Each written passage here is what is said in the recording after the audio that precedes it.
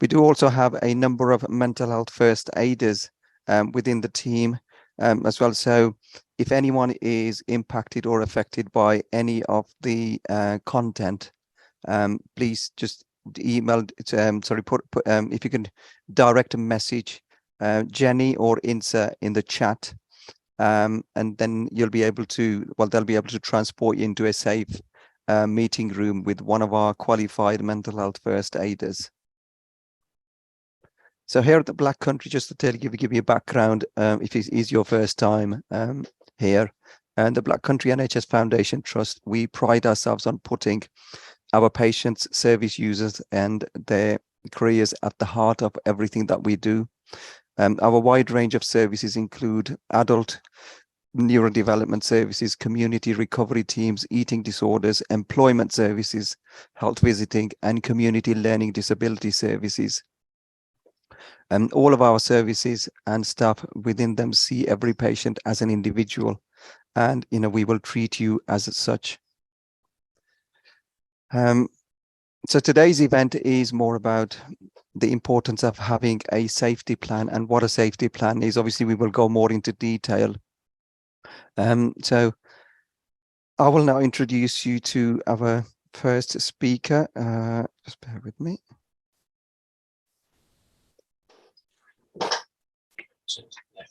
Who is Kamal Uddin. Now, Kamal Uddin is our PMO Transformation Project Manager. And a lot of the suicide prevention work that we have been doing since last year onwards as a team, I think, has been led by Kamal. And obviously, Kamal has been absolutely instrumental in the suicide prevention work, leading this work. And we have really made a difference to people's lives right across the Black Country and wider. And so I just want to introduce Kamal and just to say a few words and really open up the event. Kamal.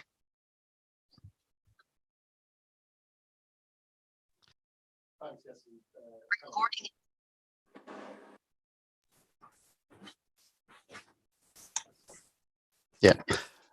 Hello, everyone. Good morning. Thanks, Yasin, for that great introduction. I don't know if I can take credit for everything, but it's been a team effort. And sort of, you mentioned the team supporting today. So thank you, everyone, for joining us this morning. So Yasin's introduced me. My name is Kamal Uddin. I'm one of the transformation project managers supporting suicide prevention program, both internally within our organization, Black Country Healthcare, and also across the Black Country. Now, the group of us, which we call the Suicide Prevention Huddle informally, meet on a weekly basis. And we sort of, through the work we've done in the last sort of 9 to 10 months, we sort of want to realize that our vision is to get the safety planning to be as part of the overall care, crisis and contingency planning. So it's not an afterthought, it's not a risk assessment, it's something that you and I, anyone should have as part of everyday living. So it's not a sort of a intermittent piece of work. It's not done ad hoc. It's done in a planned manner. So as part of this work that I mentioned, I want to highlight some of the work that brought us to this position. So we know safety plan is an essential component to suicide prevention and reduction. Along with that, training and awareness. And so that's why we currently sort of in the Black Country have started suicide prevention training to GPs in all 4 boroughs. We're also introducing a training plan for frontline workers. That includes sort of carers, education establishments, and frontline workers. By that we mean sort of, and it's not specifically or just these is Job Centre Plus, council tax, housing benefits. So all those sort of additional services that affect the wider determinants of someone's health. So, and that's a few, to name a few, these are the ones we're looking at. So we're also progressing on setting up peer support groups for those recognised in the national policy around suicide and self-harm that are most vulnerable to suicide or self-harm. We've also commissioned the Suicide Bereavement Support Service, which is provided by Rethink, and we're in the process of sort of setting up real-time surveillance system. Now, this will allow us to track sort of suspected deaths by suicide in the area in a real-time situation. But the element that we're focusing on is more so is around the proactive edge, on providing the support to those people bereaved by suicide. So we're linking that up with the sort of the work we do with peer support and with sort of Rethink with the bereavement support service. So in today's session, we're specifically talking about safety plan, and I want to sort of make that clear because there's a lot of terms around safety planning. So you'll hear the word safety plan, you'll hear the word safety tool, and you'll hear the word risk assessment. And they are three different things. This is a safety plan event for suicide prevention. There's safety plans for autism, there's safety plans for child safety and things like that, but this is specifically a safety plan designed, co-produced by sort of expert by experience with For Mental Health. Now, For Mental Health, they deliver connecting with people programs to healthcare, social care, statutory bodies, further and higher education, workplaces, and the wider community. So today you'll hear Rob and Dave. They'll talk through completing a safety plan, how this brief intervention can help prevent suicide. They will demonstrate the practical ways to make ourselves safe from suicide, how safety plans allow us to move from risk prediction and to a personalized approach, how a safety plan reminds us of positive things we can do to help ourselves to get through emotionally hard times and during crisis. So I want to sort of finish on this note, really. The key thing for me about safety plan is that it focuses on the right thing for me as an individual. So thank you, and I hope you find this webinar interesting and informative. And I'm going to pass you over to Yasin again to introduce the rest of the sort of speakers. Thank you very much. Brilliant. Thank you very much, Kamal, for that introduction. Really appreciate it. And I think just to say that, everyone here on, who's logged in, you all, we all as a team, we have a unique opportunity and a contribution to make in highlighting the importance of what a safety plan is and how it can help someone during a time of crisis when they're going through a period of difficulties as well, that they've got something that they can look from, reach out to immediately, just to kind of switch them up and give them a sense of hope to say, you know what, I can really reach out to somebody here. But we will go into that in detail. I think as Kamal said as well, we've got other colleagues who will be talking more in depth about what a safety plan is, what it looks like, where you can get the safety plan from, and how you can actually fill it out as well. And we're here to support with that as well. So we'll talk a bit more about that. I want to introduce you to one of our colleagues, Rob Shipley, who is one of our volunteers, and Rob has done an amazing job in highlighting the importance of the work around suicide prevention, and also trying to fly the flag for the safety plan itself as well. So I will introduce you to Rob Shipley himself, who's going to talk a bit more about the details of the safety plan itself.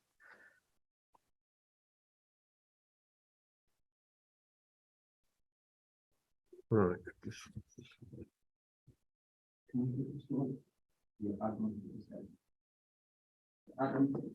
Before Adam, if you can just put the slides up, please.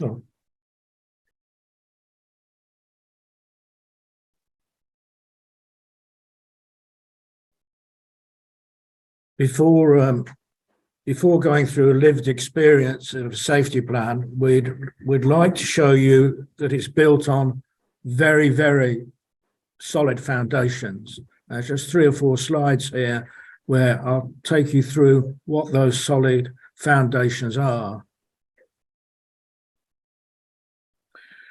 The report of the Patient Safety Group for the Royal College of Psychiatrists 2020 was in response to the government ambition of significantly reducing suicides on a 5-year plan. It by very nature is therefore built on evidence. The safety plan is agreed set. Can you get that? Can you get rid of that? Sorry. A safety plan is an agreed set of activities, strategies, people, and organisations to contact for support if someone becomes suicidal, or if their suicidal thoughts get worse, or if they may self-harm. A safety plan also needs explicit reference to removal or mitigation of means of suicide or self-harm. There's strong evidence of the effectiveness of safety plans. Next slide, please. So they concluded their report, the Royal College of Psychiatrists, that every person self-harms or has suicidal thoughts should have a safety plan. Our thoughts here in the Black Country Mental Health Trust is that really everybody should have one. And it's something we encourage across the trust. Really, it should be known as a well-being plan. But we stick with the definition because, as you can see, it's actually clinically embedded within the NHS. And therefore, to have two names for the same thing is not a particularly good idea. But as I say, this is intended for use for people who may not be any near suicidal thoughts at all. And this has been proven with great success in the States, where in Detroit, they pick up through screening people who have thoughts that might drift that way, but in no way are there at that time. And over a 10-year period, the use of screening and safety plans primarily with a cause of reducing 600 suicides a year to in fact 0. And it's something we have an ambition of in the trust here.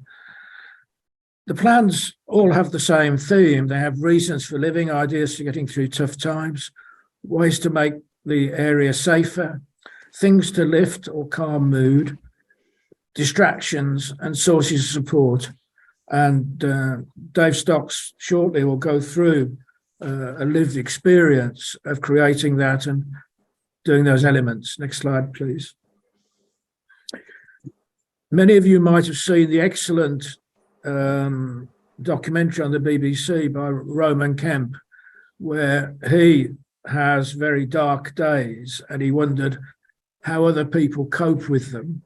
And the reason we mention it here is the use of a safety plan not only chimed with him, but chimed with the groups of young men that he met in that documentary. Very, very powerful.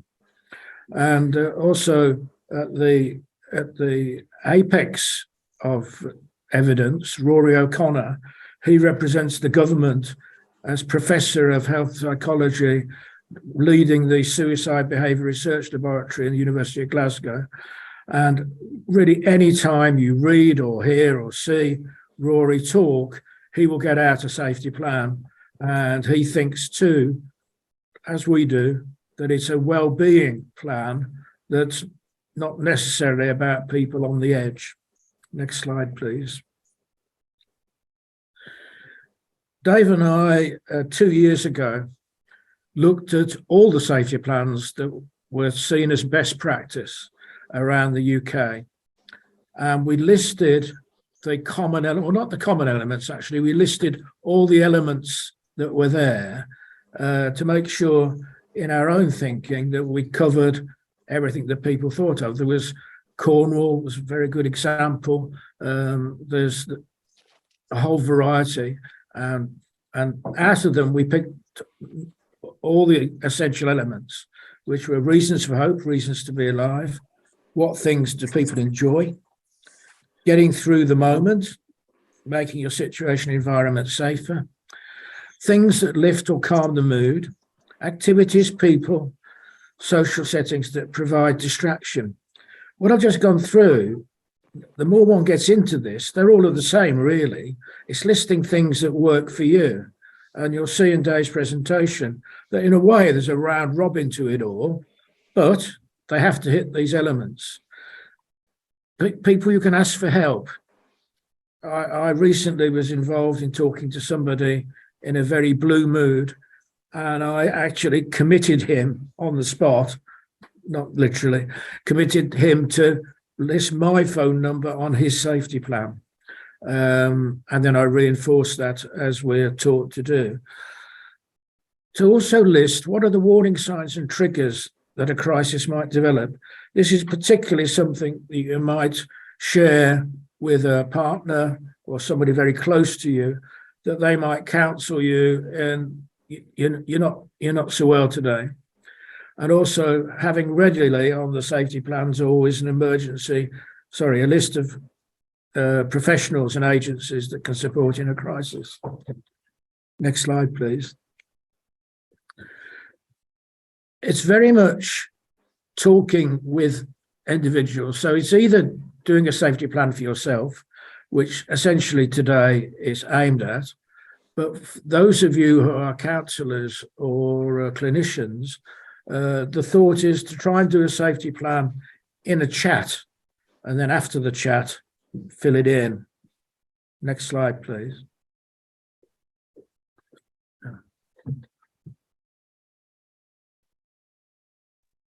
Okay, so I think we've got a Mentimeter question coming up. I think Adam is going to put that up on the slide. And really it's just to kind of get you some of your thoughts in understanding what is your understanding so far of a safety plan, really. And it could be anything. So if you want to, and the way to do that is, I think if you log on to a separate device, if you go to www.menti.com and use this code 331886, and you'll come up with this question, and really just type in your answer, and hopefully the answers should start populating here on the screen in front of you. Can one of the colleagues put the code in the chat as well, please?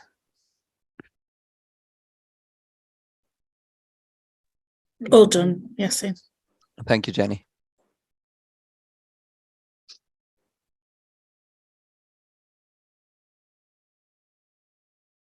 There we go.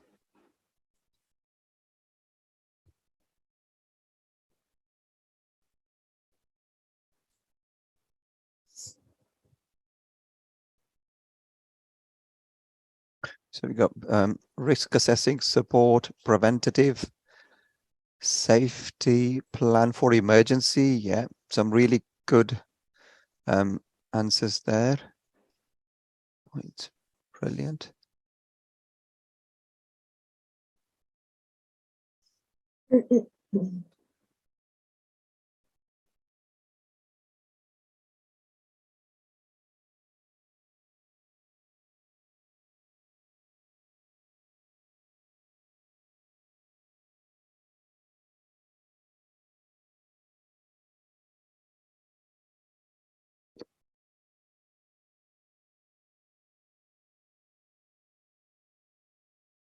We have a really nice comprehensive list there, I think. So, yeah.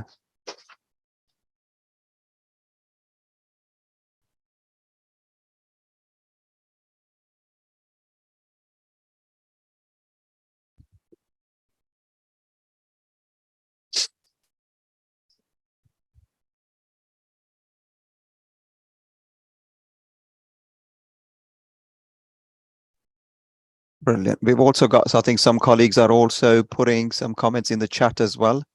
A list of contingency plans to aid the safety of a service user. So yeah, some lots of great answers coming in through on the Menti and also on the chat as well. Yeah. I think what we may do probably post event is also try and take all of the answers in the chat as well and add them onto this slide, because we will be sharing this with you after the event. So you will get the copy of the slides, the recording, and any other tools that we will be using after the event. So we will send these out to you. Okay.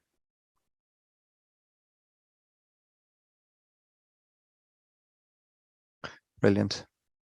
I think we'll just allow another minute or so for if anyone is still trying, typing in, but we do need to kind of move on to our next speaker, who is David Stocks. Most of you will be familiar with David Stocks, and he's also a community inclusion worker, specifically focusing around the suicide prevention work. Some of you will be familiar with some of the work that he is supporting. So I'll hand over to David to do his presentation. Over to you, David.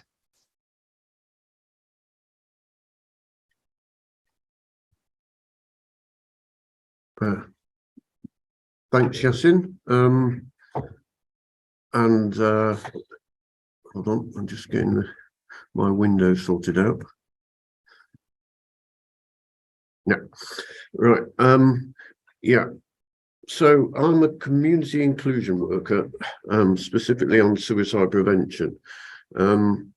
People ask me what my job is, and I say, I work as a community inclusion worker for suicide prevention, and I always find it's either a conversation stopper or a conversation starter, because that word suicide can stop people in their tracks. But this is what it's all about. It's all about that talking. It's all about taking time for people to talk to one another. So, you know, just simply having a cuppa with someone can literally save someone's life. So, you know, the main thing is talking. Next slide, please. On the right, this is what a safety plan looks like. I'm going to go through the safety plan section by section, but you can see what the For Mental Health Connecting with People safety plan actually looks like. We've decided to go for this safety plan as a trust because it's nice and clear and simple. It needs to be for me. And also, myself and Rob Shifley are part of the expert reference group for mental health, and we know how much effort they do put into co-producing. Everything they do, including the safety plan, gets co-produced by the expert reference group, and they will not put it out until everyone's happy with it. And that is, to me, the gold standard of co-production. So that's why we use this safety plan. Next slide, please. Now,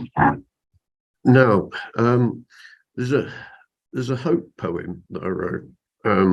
It's rather a long poem,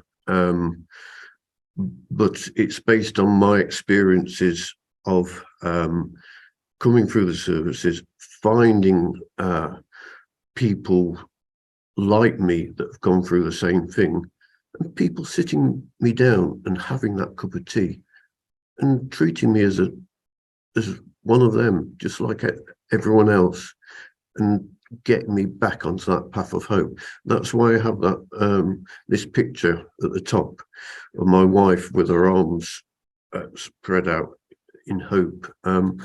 She's actually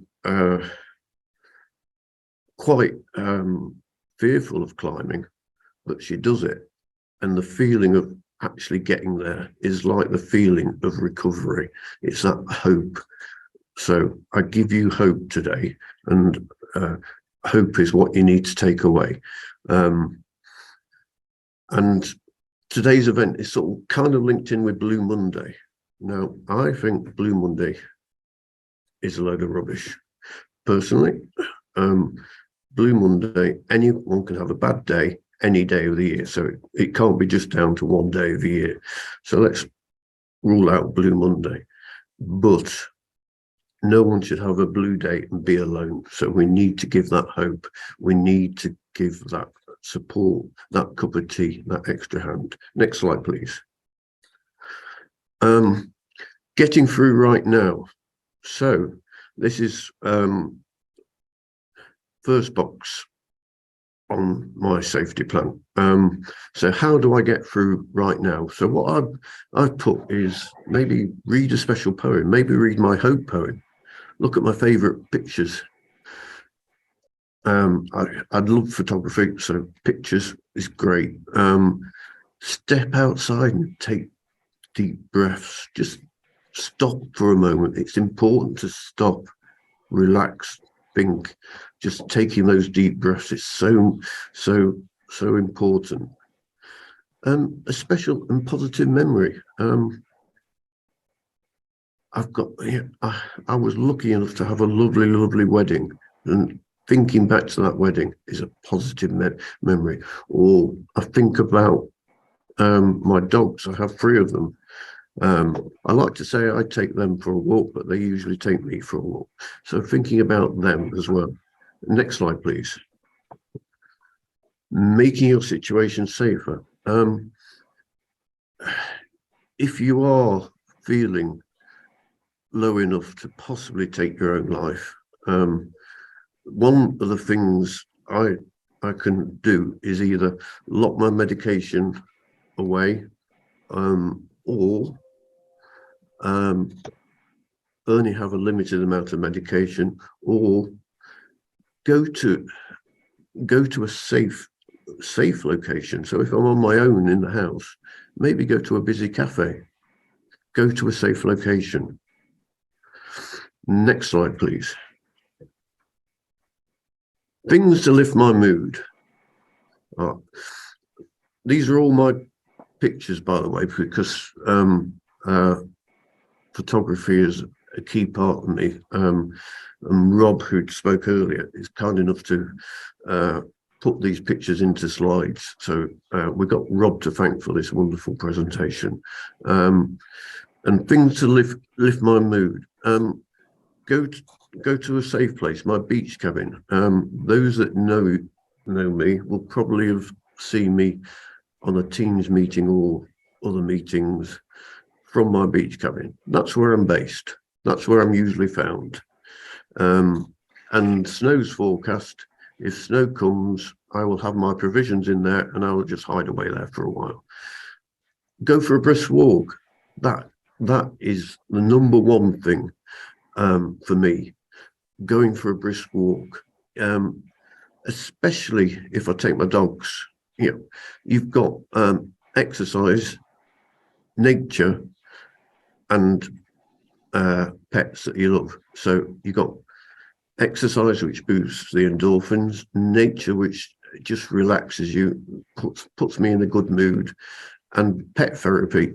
It's fantastic. I constantly have conversations with people about how much their pets help them. So I've got all those three things in one. So a brisk walk with my dogs, fantastic. Write a poem. We currently have 256 people on here at the moment. Guess what?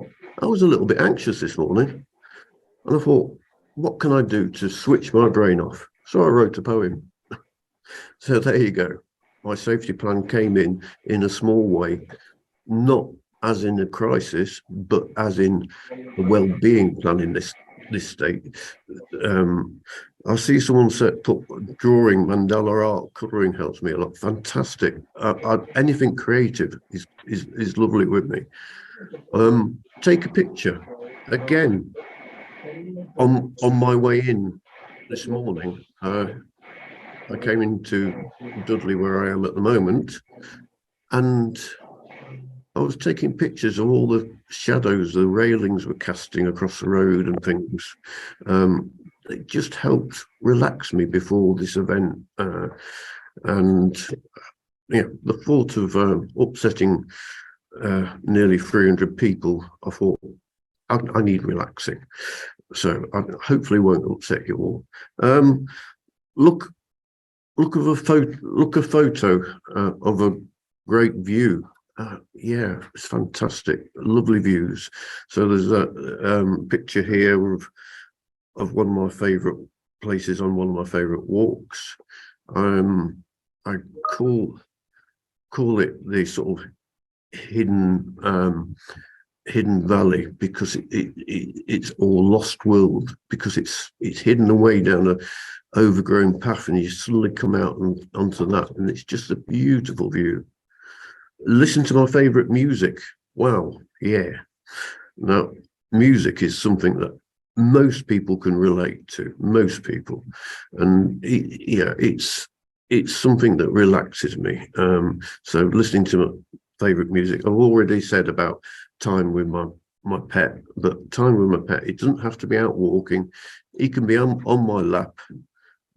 I've got three big dogs. If anyone's had 3 big dogs on your lap at once, you know what it feels like. But at least it distracts you and it relaxes me. Next slide, please. Things to distract you. Do some art. Write a poem. Yeah. Work. That's me at work. I get to play when I'm at work. So I'm lucky enough to know Black Country Blokes. Big plug to Black Country Blokes. They're golden. They've had me on the radio station, I think, 3 times now. They must learn their lesson. But they've had me on their radio station 3 times now, and they do a lot to help people in the community. And Kev runs a boxing ring and gets guys down there, and it gets them talking, you know, big beefy guys, and they'll talk because the environment's right for them. So, you know, big shout out to Black Country Blokes. They're brilliant, and it's nice to have the experience on radio station. But why they keep inviting me back, I really don't know. Next slide, please. People to support you. So put close relatives, close friends, you know, anyone that's daft enough to give you the number. I mean, Rob's not given me his number yet, but he will. I'll get it out of him. Yasin, I've got his number. And he already regrets it. So, you know, people that care about you, support you, your wife, your partner, your parents, your siblings, your children, anyone and everyone, people that support you. So get those down there and let them know that they're down there. Get their permission, let them know that they're down on there. And also, if you can, give them a copy of the safety plan so they know things that need to go through. Because when you're in a crisis, you're not always in the best place. You're not you're not. You're in a pretty bad place. So you're in a pretty bad place, and things are chaotic in your mind. So someone to support you with a copy of the safety plan can help you step through it. So that's really, really important. Next slide, please. List of people who can talk to when you're distressed about self-harm or suicide. For example, Calm is a good support line for men, but there's Samaritans and so many more. There's our 24/7 helpline, obviously, which is a brilliant one. We've got a whole list of these support lines which we'll provide to everyone as a copy at the end. So yeah, it is essential that you've got all this in place, and you can provide that support, get that support when you need it, when you most need it. So this is something that is core. But I'm so genuinely moved by what a safety plan can do. If I go back a number of years, I know you'll find it hard to believe because I do, naturally look about 21. But if I go back about 15 years, I didn't have a safety plan. There wasn't one. I don't know if things called safety plans existed then, but I certainly didn't have one then. I hit a crisis without a safety plan. A safety plan is a safety net. And I hit that crisis. It came out of the blue. I had no idea what hit me. If I'd had that safety plan, I could possibly have navigated me out of that crisis. I'd have certainly been a lot safer. As it was, I feel I'm lucky to be here now. I was admitted to the hospital, and that's where my recovery began. It was because people believed in me in the hospital. Fellow service users believed in me in the hospital. They made me that cup of tea. I will go on and on and on about making someone a cup of tea. Just a simple act of making a cup of tea and sharing it with someone, sitting down and just having a chat. even if they look okay, there may be a lot going on behind that mask. Everyone wears a mask day in, day out. I so often wear a mask. You'll see me laughing and joking all the time, but that's part of my mask. The mask can slip down if you make someone a cup of tea. You get that conversation going. You start that conversation. So if I'd have had this safety plan 15 years ago, I could well have recovered a lot quicker. My life would not have been at risk, and I would be on a safe path now.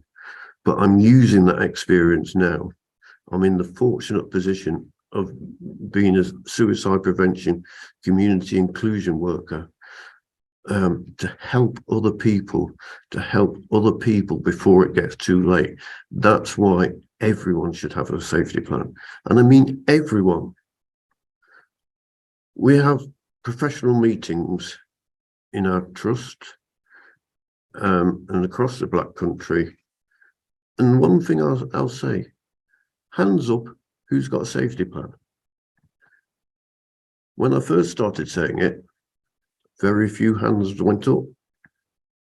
It wasn't for clinicians, it wasn't for professionals, it was only for service users, for the community. No, it's for everyone. You may be good now, you may be well now, but the key thing is making a safety plan. The best time to do it is when you're well, when you're good. Someone who I really look up to, Claire Dickens, she told me a great analogy. If you've got a car, do you have breakdown cover on your car? Most people will say yes. Okay. So what about your brain? A safety plan is basically breakdown cover for your brain. That's why you need it. That's why you do it when you're well. That's why it is for everyone. And it's so important to have that safety plan. So important. And that's why we're doing this webinar now, this conference, this virtual conference. Next slide. Next slide, please. So, emergency professional support.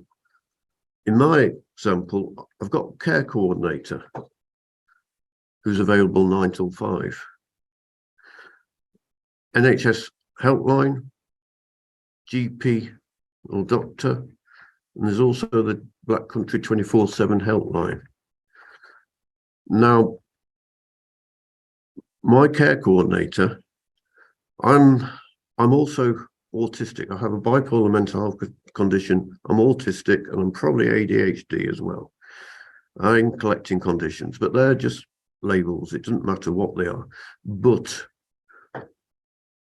the thing is, because of the way I interact, I'm not very good on the telephone. So what I've got in my emergency professional support for my care coordinator is her email address. We've agreed it and she's happy. I email her and she sees an email from me, it's a priority, and she will then get back to me as soon as possible. That's where my community. So it's thinking outside the box as well. Next slide, please.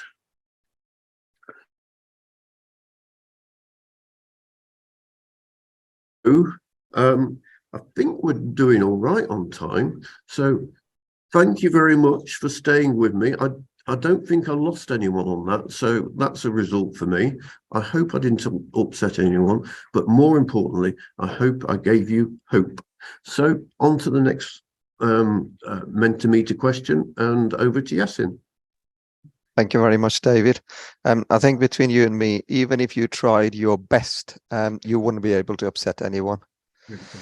So a number of things there. I think David has just kind of, mentioned in his presentation, a great presentation to kind of thoroughly go through what a safety plan looks like, and why it's important. Again, I think if we just go through this question, we'll touch on some of the things that David has just mentioned in his presentation. So what further support info would you need to complete your safety plan? Again, similar format. If you go on to www.menti.com and use the code 3318846, and your answers will start coming through on the screen in front of you. So yeah, we'll just give you a couple of minutes.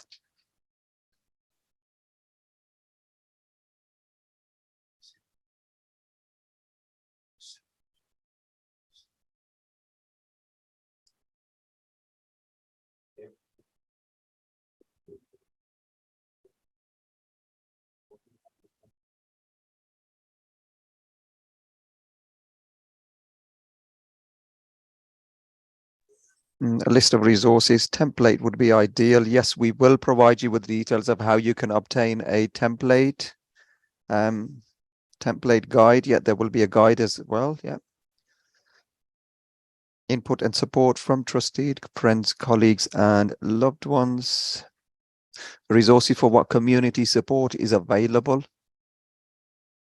And emergency contact numbers. Yeah, some really great examples coming through.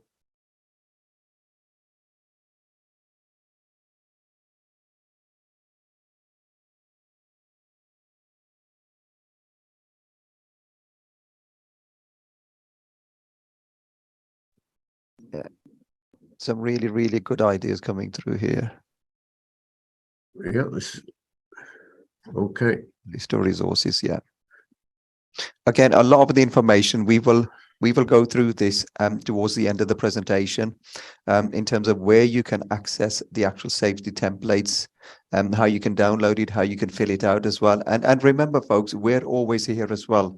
Most of you have access to all of us as the inclusion team as well. So you can get in touch with us if you need any additional help and support in filling out your safety plan. We're more than happy to support with that as well. So it's not a problem.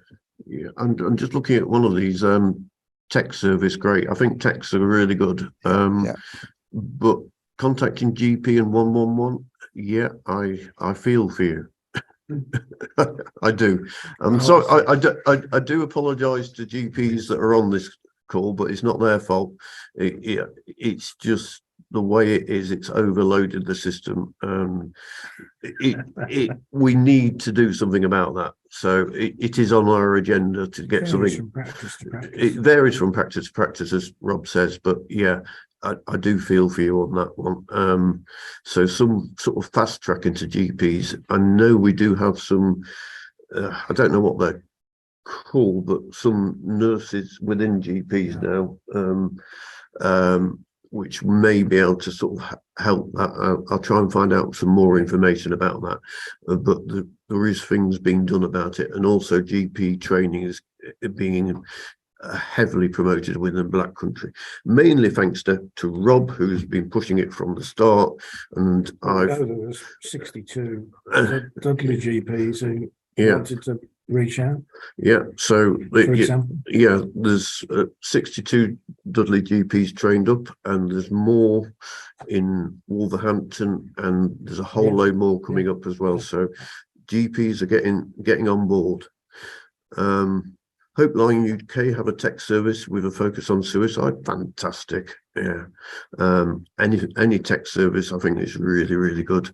As I mentioned, I'm not so good on the phone.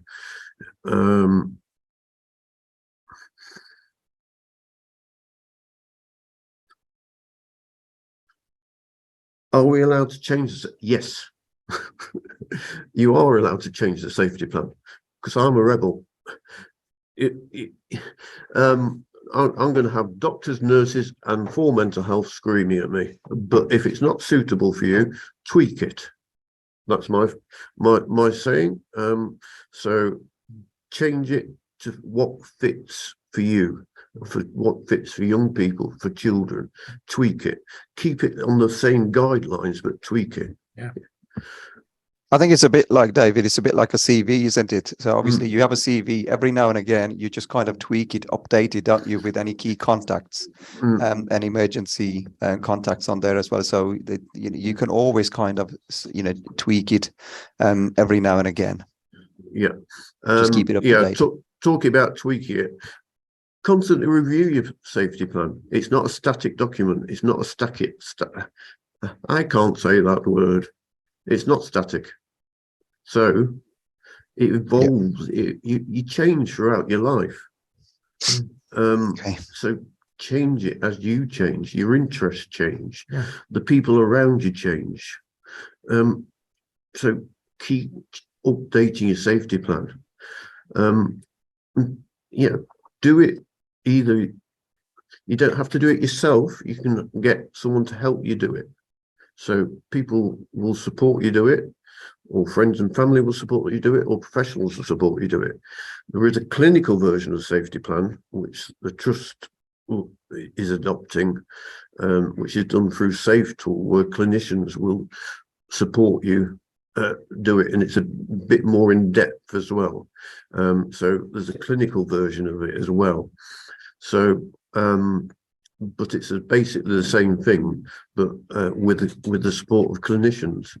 To me, a safety plan should always be written in your own words, in your own language. And if someone's supporting you do it, then they make sure they keep any clinical jargon out of it.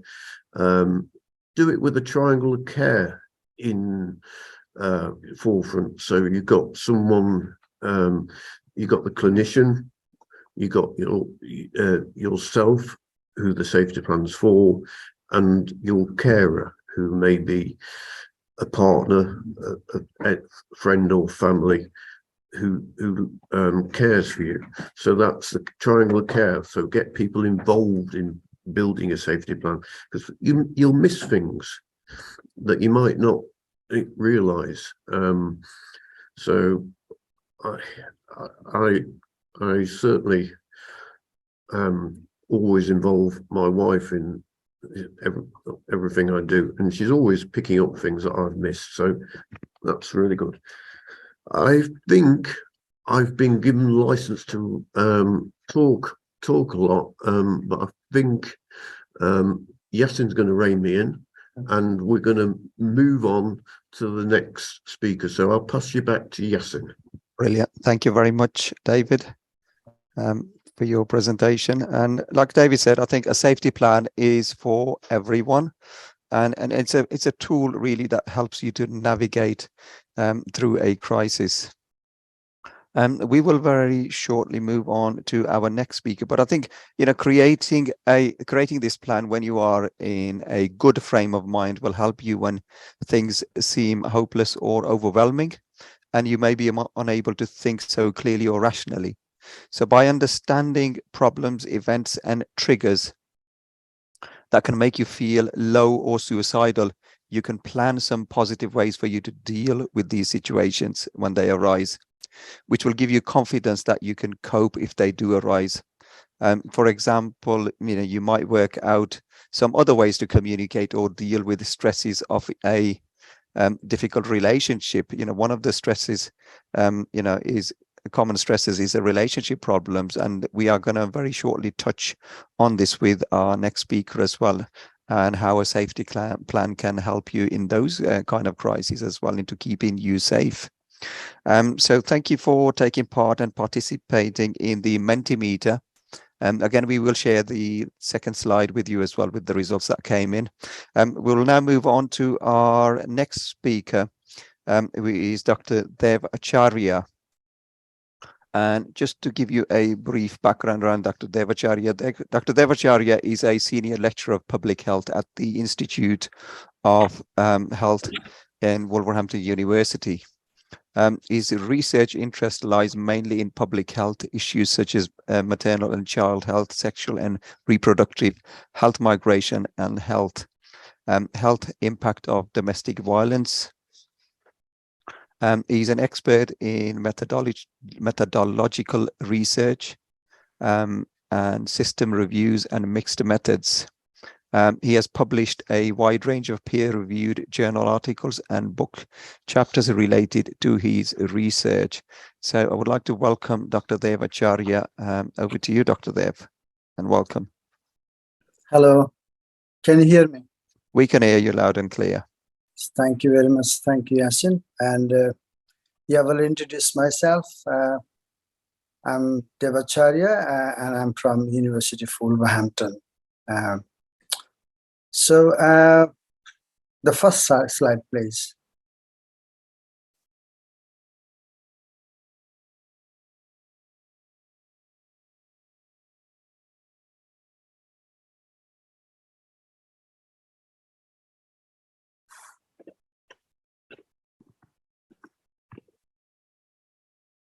The first one, I think this is the title one, but the first slide, the next slide, please. No, not this one.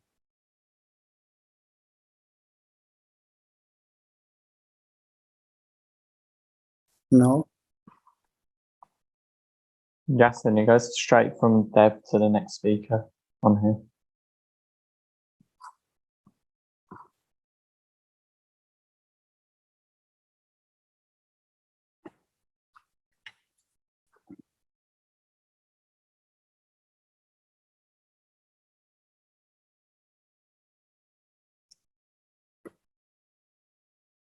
Should I upload that, Yasin?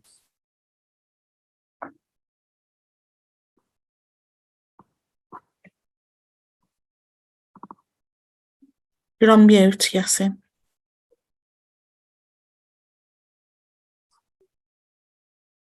Yeah, Dr. Dev, if you can upload it from your side. Is that okay? Hang on a second, then. You cannot start screen share while the other participant is setting. Oh, I think you have got control. I can't do that. Yeah. Adam, can you see if you can try from your side? You should have the slide coming through. I've stopped sharing my screen, so if you can try again.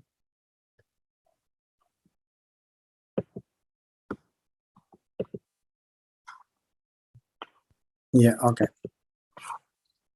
Sorry, folks, just bear with us a second. There we go. Right. Okay, so I haven't given 10 minutes to present the slides. A couple of slides. Hopefully I'll finish that within a given time. So I'm just talking about the domestic violence and safety plan, because I teach one of the modules, the domestic violence and how it impacts on health and well-being of the populations. So the next slide. There are a couple of images I will be showing you, and then I just want your responses in terms of these images. So if you keep chatting on the chat box, if you put your response on the chat box, what do you think about this one? Okay.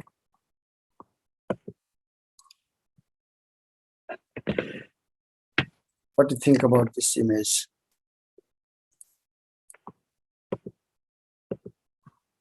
If I could see some responses in the chat box, that would be great.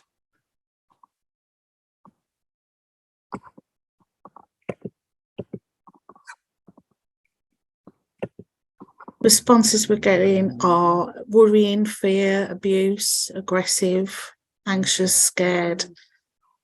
Right, okay. The problem is when I present this, I can't see on the chat box. That's the problem with this. Okay, so these are some of the responses. I mean, from which side? I mean, the fear, whatever the response is that from the child's perspectives or from the woman who is holding the child, from that perspectives, or what's going on the man's head? We've got both. Both. Okay. Let's move on to the next one. This one. What your thoughts are?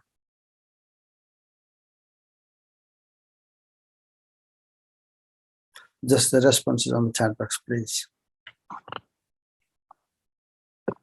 Abuse. Okay, abuse, child abuse, specifically. Punishment, abusive, child abuse, control, potential child abuse, child going to be punished, terror for the child, a weapon, the belt, threat of harm, negative reinforcement, punishment, not again, possible exploitation, abuse, fear, punishment, threat, trauma, intimidation, physical abuse. Physical abuse, yes, that's a good term. We'll move to the next one. So what about this?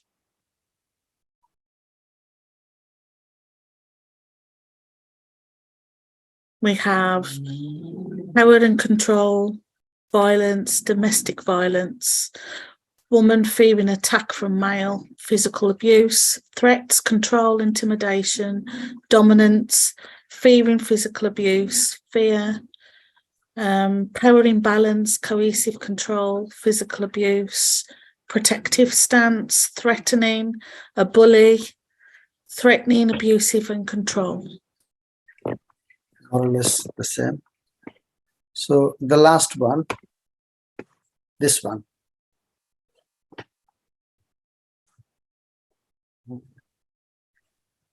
We have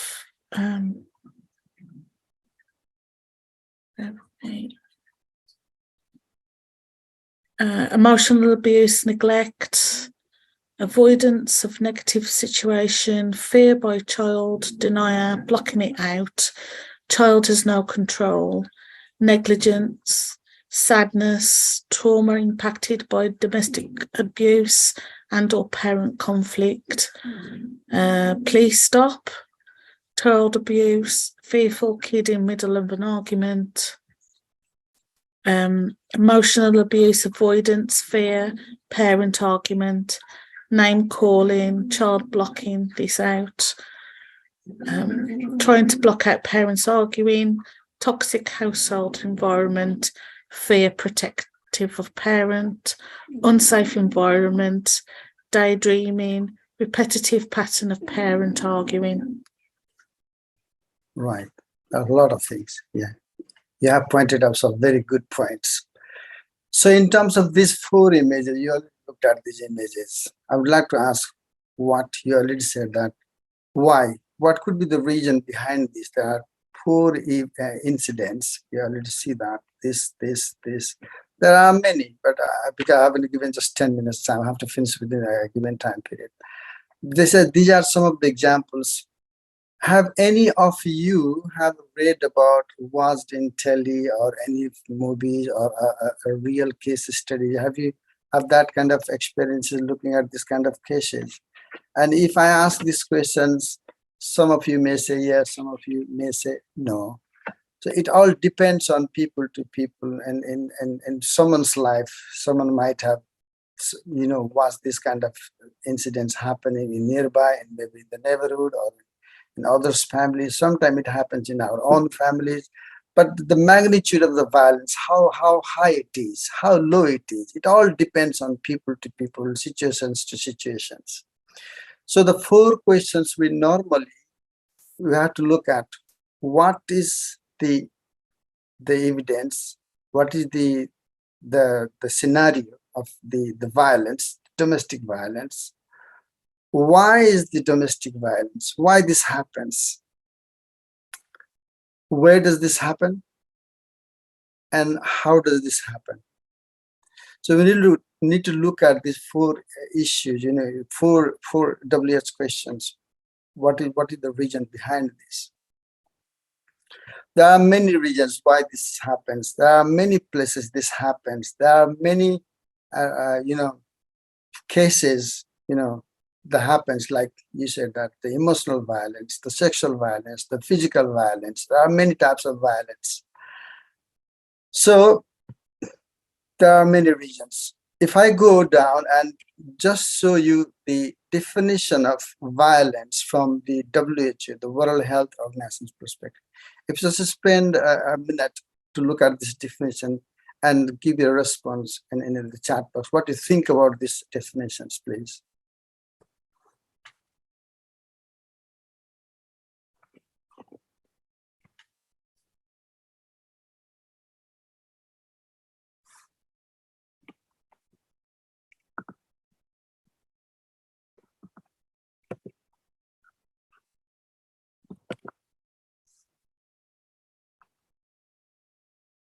Okay, so what your thoughts are about these definitions? Is there anything missing, or this is too much as a definition? What's your thoughts? We have that it doesn't incorporate abuse, including coercive control, relates to violence only. It's only physical. Keyword is intentional. There are more types of violence than just physical. No mention of emotional abuse, only physical. Verbal aggression. Some perpetrators are not even aware that they are being abusive. Emotional abuse. Okay. Right. Yeah, the physical force, physical abuse is mostly highlighted in the WHO definition, while other abuse, such as the emotional, the psychological, these things are not highlighted in the definitions.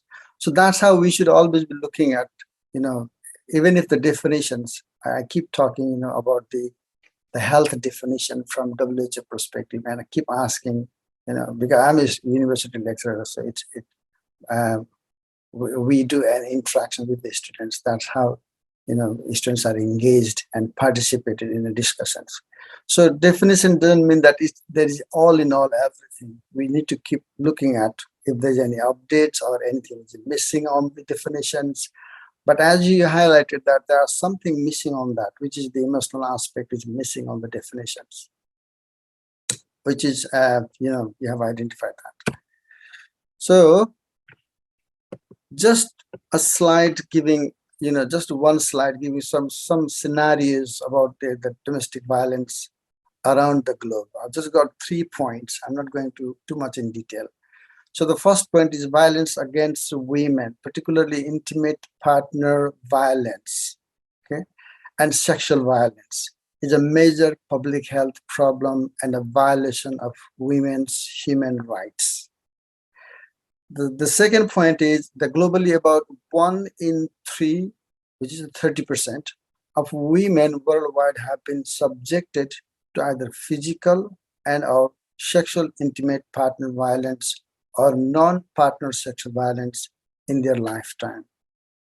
And the third point is worldwide, almost 1/3, which is 27% of women aged 15 to 49 years who have been in a relationship report that they have been subjected to some form of physical and or sexual violence by their intimate partner. So this is the fact. So that means 27% of women between the age of 15 to 49 is probably, it could be one of us or one of my relatives or one of my neighbors or one of my friend, it could be from all the women from other side of the streets, So there are probability that we might have seen them, we might have interacted with them, So this is the fact. So all in all, because you already know about what safety plan, I have been told to more focus onto the safety plan rather than on the topic, which is domestic violence. So what I would like to ask you, what safety plan would you make in such a condition, which is the domestic violence? So if you put your idea on the chat box, that would be great.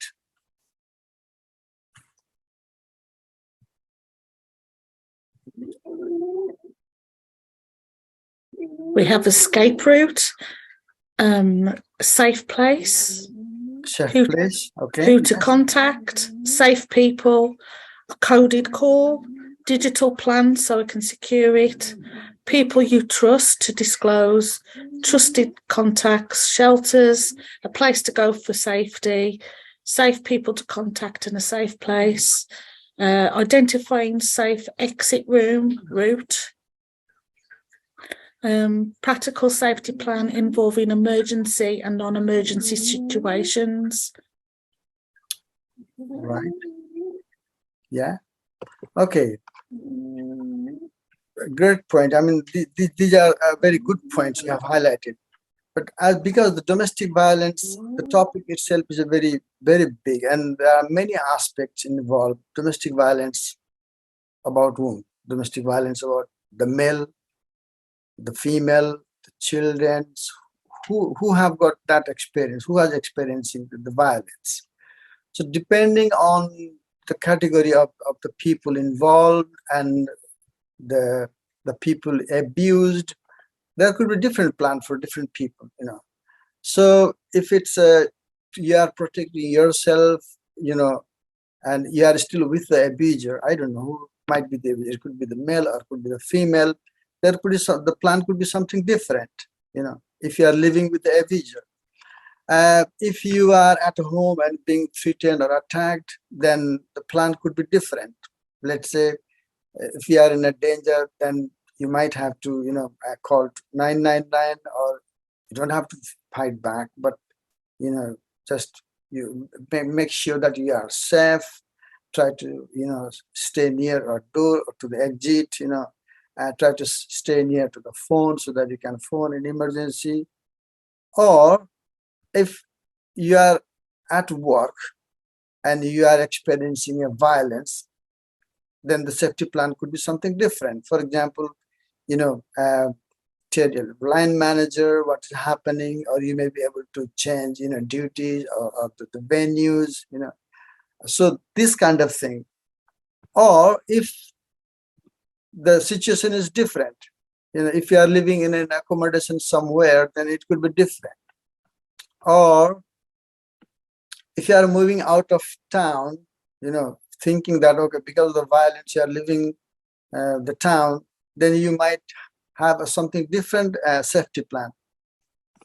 So, or if you are experiencing a violence while you are driving, if you are inside the car, then what we do?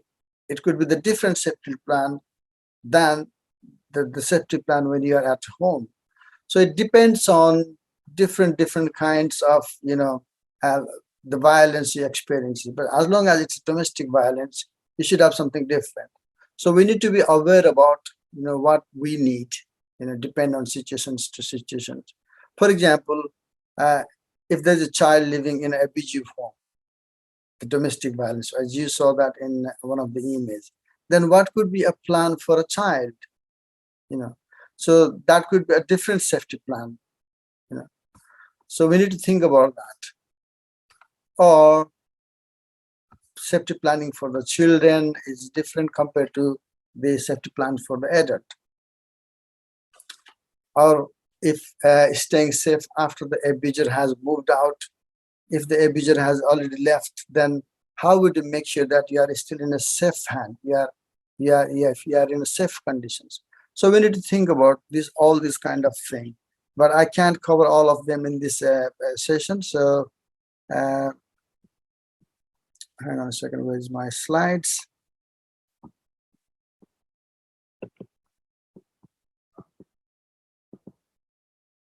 Okay. So we should be aware about how to make a safety plan for different issues and different scenarios, considering the different, you know, the populations and the abuser. And also there are nowadays, because there are issues related with the safety plan in terms of the use of the internet and the technology at home. So we should also be aware about that. We know that the violence is one kind of thing, but it might also have triggered domestic violence because at home the members are using, you know, the technology, the computers, the mobiles, and I have no idea because one of my colleagues is doing a research on, you know, how the mobile technology has, you know, encourage people to be, get engaged with the different kind of sources, whether, and there are less communication between the family members at home. I have no idea why this is happening, and that might have triggered people to be more stressed because a lot of things going on to the websites and people thinking about something different things. It could be one of the reasons, but we should be very, aware about, the people using technology at home. That might have triggered to be more, to the people to be more violent because of different activities going on around the world, and people are influenced by this. Okay. So that's what it is. And if you have got any questions to ask, please do so. I'm here just for 1 or 2 minutes, and then that will be the end of my session. Any questions, please? Thank you very much, Dr. Dev. Really appreciate your participation and your presentation, and really kind of highlighting the importance of a safety plan from a very different angle. And how a safety plan can really help in those crises as well, and which we didn't even touch or talk about around domestic issues as well. So it's really important, I think, to take those kind of situations into account, because they're very critical. And I'm glad you kind of touched around the issue of domestic abuse, because that is something that we are also planning very soon as well, to do a webinar or a workshop on a large scale to touch on the issues around domestic abuse or violence, and how how you can kind of protect yourself, and some of the safety elements as well, and what support is out there. So thank you.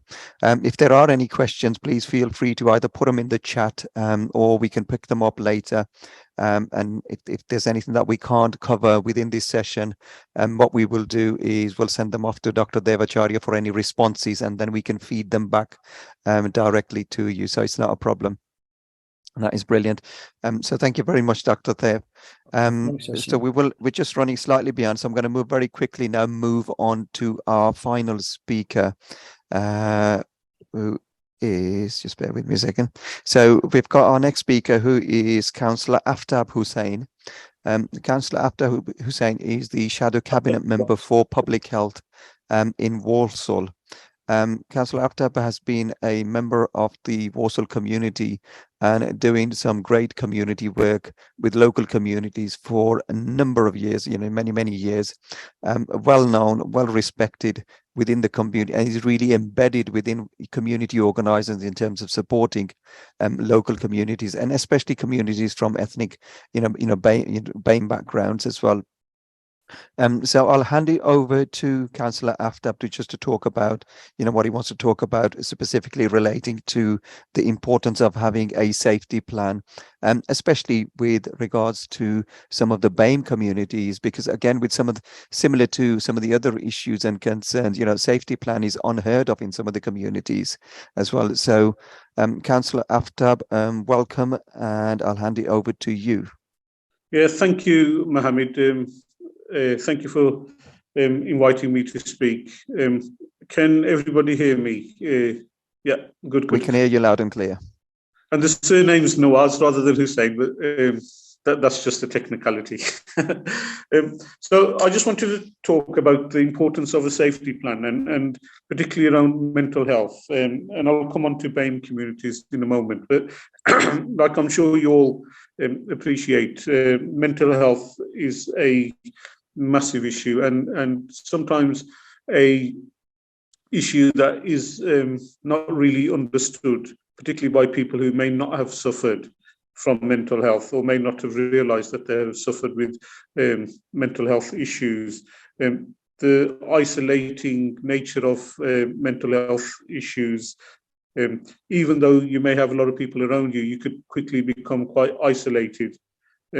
And it takes you into a dark place sometimes, where you have thoughts and thoughts of self-harm, and thoughts of being hopeless, having a hopelessness of what's going on in your lives. So it's really important that there is some mechanism that helps you to come out of this sort of spiral that can lead you down a very dark path. And on mental health issues, that's really important to have a safety plan in place.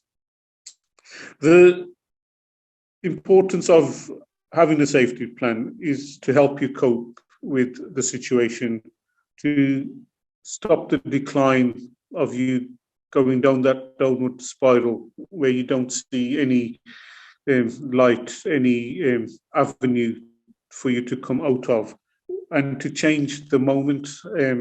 And that's an important thing, change the moment at that time, because as I'm sure you appreciate, it's about where you get yourself at that particular moment in time. And you need to have a mechanism of recognizing, look, you know, I need to turn to this plan and try and change where my mindset is at that particular moment.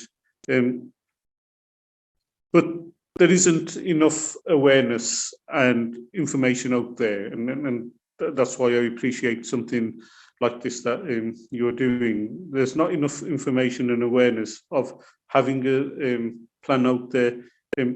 People no doubt have certain ways of dealing with things in their life, but people do not see it as a plan. And I think when mental health issues come into it, they need to try and have it a bit more organized. You know, it's a time where you're not suffering from mental health, to accept the fact that one day you may suffer, and most people will suffer from mental health, is to, at that time, to plan these things out, say, you know, which person is it that I can rely on to go and talk to?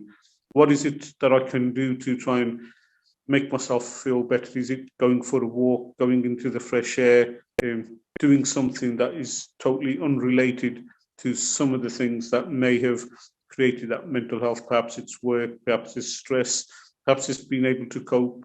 Sometimes, you know, we have people who have had children who find it very difficult to deal with the changed situation.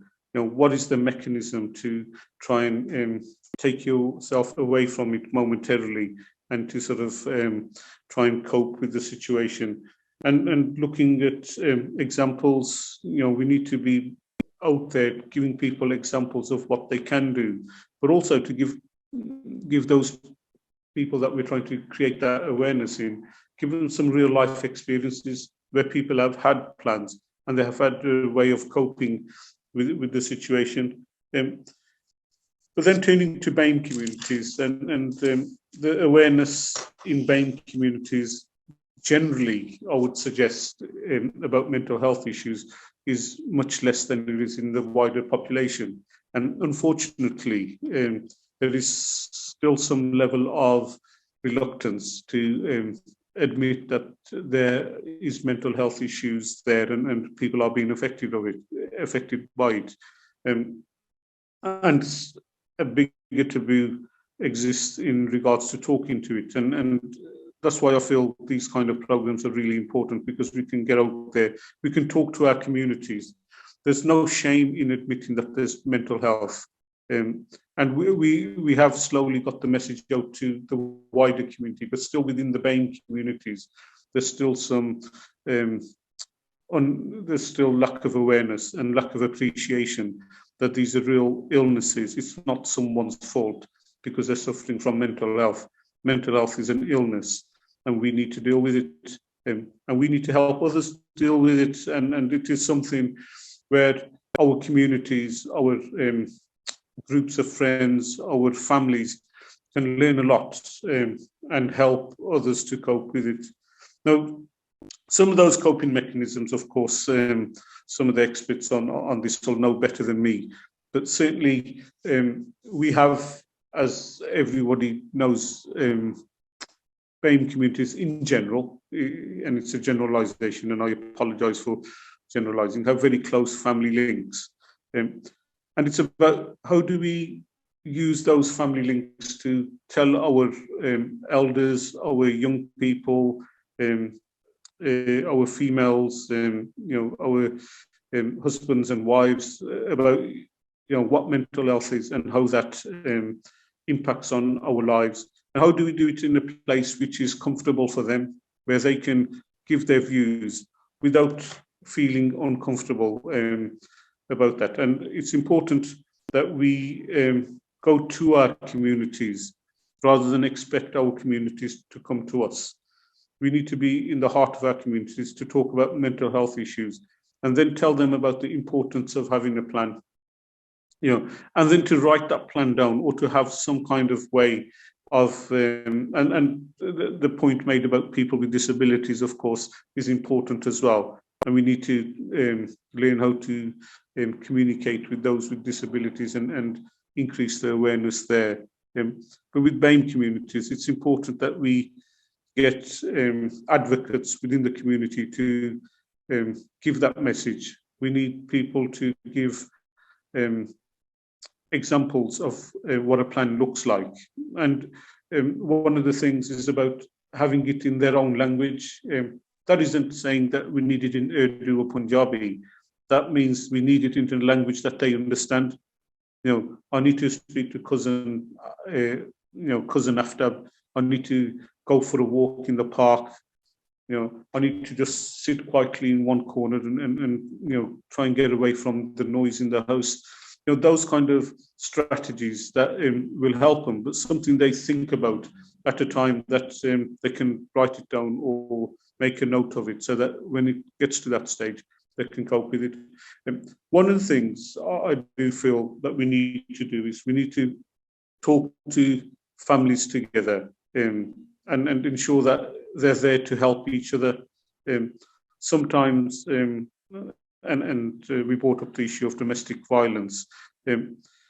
People in BAME communities can feel very isolated of not having anyone to go to when they're undergoing domestic violence, as they get themselves into a very difficult mental place where they don't see anybody there to help them. We need to be able to give them those, understand what to do if somebody comes to them with an issue of mental health or even domestic violence. If somebody approaches you, what do you say? What do you talk about? What is the first thing you say to someone? And sometimes people, out of good intention, end up saying the wrong thing. Oh, you need to cope with it, or you need to go straight to the police.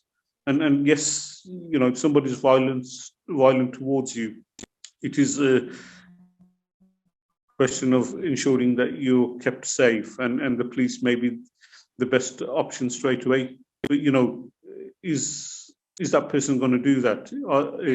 Is there another way of trying to build their confidence so they can have that trust in the system that will help them? So that's all I'm going to say at the moment. I mean, I'm happy to talk about my experiences within the community. As a local councillor, you not only have people contacting you about the council tax issues, but they contact you about many varied things. And we have had, and I have certainly had, people in the past who've approached me, and essentially they just need someone to talk to. And it's amazing in communities, on the size of our BAME communities, that people still struggle to find someone to chat to. And I think we need to spread that awareness, and people realise that sometimes it's only just a 5-minute, 10-minute talk to someone, and what difference you can make by doing that to someone who's in a difficult situation. We'll get more and more people who'll come forward as people to whom you can go to and talk to. Is that okay, Mohammed? I'm happy to carry on talking if you want.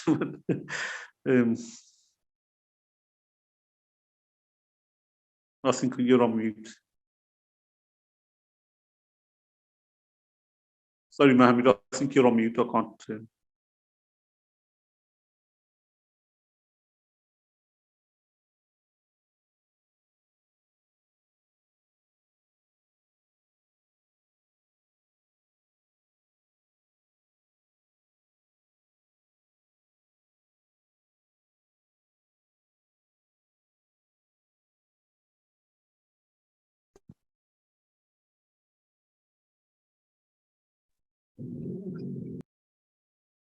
Hello?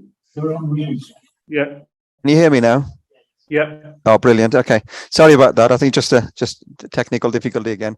Brilliant. Thank you very much for your time, Councillor Aftab. Some really valid and great points you've highlighted in there, especially around the having a safety plan. I think in different languages, that is something that we need to look at, especially with regards to BAME communities as well, in supporting and trying to provide that support for different communities.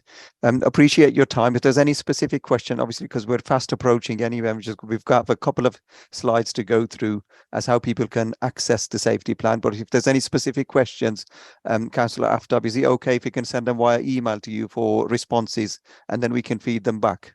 Yeah, that's fine. Thank you okay? for inviting me along, and I'm happy to continue to support the good work you're doing. I think Brilliant. it's Really appreciate that. Really appreciate it. Thank really you.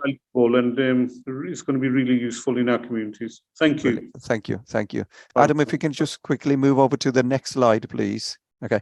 So this is just the website that has been put together for how people can actually access the safety plan, and lots of other information as well. Anyway, some of you may be familiar with this website. So if you just go in, if you type in basically www.blackcountryhealthcarenhs.com, nhs.uk, you will come up with this slide here. That's the main page. If you click on where it's highlighted with a red circle, help and advice, if you click on there, it will take you to the next page, which hopefully should come up on the next slide. There we go. So that will take you onto this slide here, help and advice. And then if you just click where it says safety planning, just at the bottom, I think it's the last header, safety planning, it will give you a number of options here, events, resources, and contacts. Have you got another slide, Adam? There we go. So if you go into resources, it will give you the actual Staying Safe website. It will also give you a presentation to how to prepare a safety plan. And I think David goes through, there's a video as well, goes through step by step as to how to complete the safety plan. And we also have the safety plan document itself, which can be downloaded. You can do it either online, or you can do a hard copy and write it entirely up to yourself. And there's a form which we can download. There's also the Black Country Healthcare Help in a Crisis website page with lots of useful information on there as well. So that's where you can actually download. If you're having any difficulties downloading through the website, do get in touch with us, and we can actually mail you the Staying Safe template of a safety plan directly. So that's not going to be a problem. If there's any specific issues or help you need with in terms of filling out the form itself, again, do get in touch with us, and we can help and support with that as well. But it's very, very self-explanatory. The details are there, and it's very easy to complete the actual document itself. And I think that is it. Is there any more slides after this?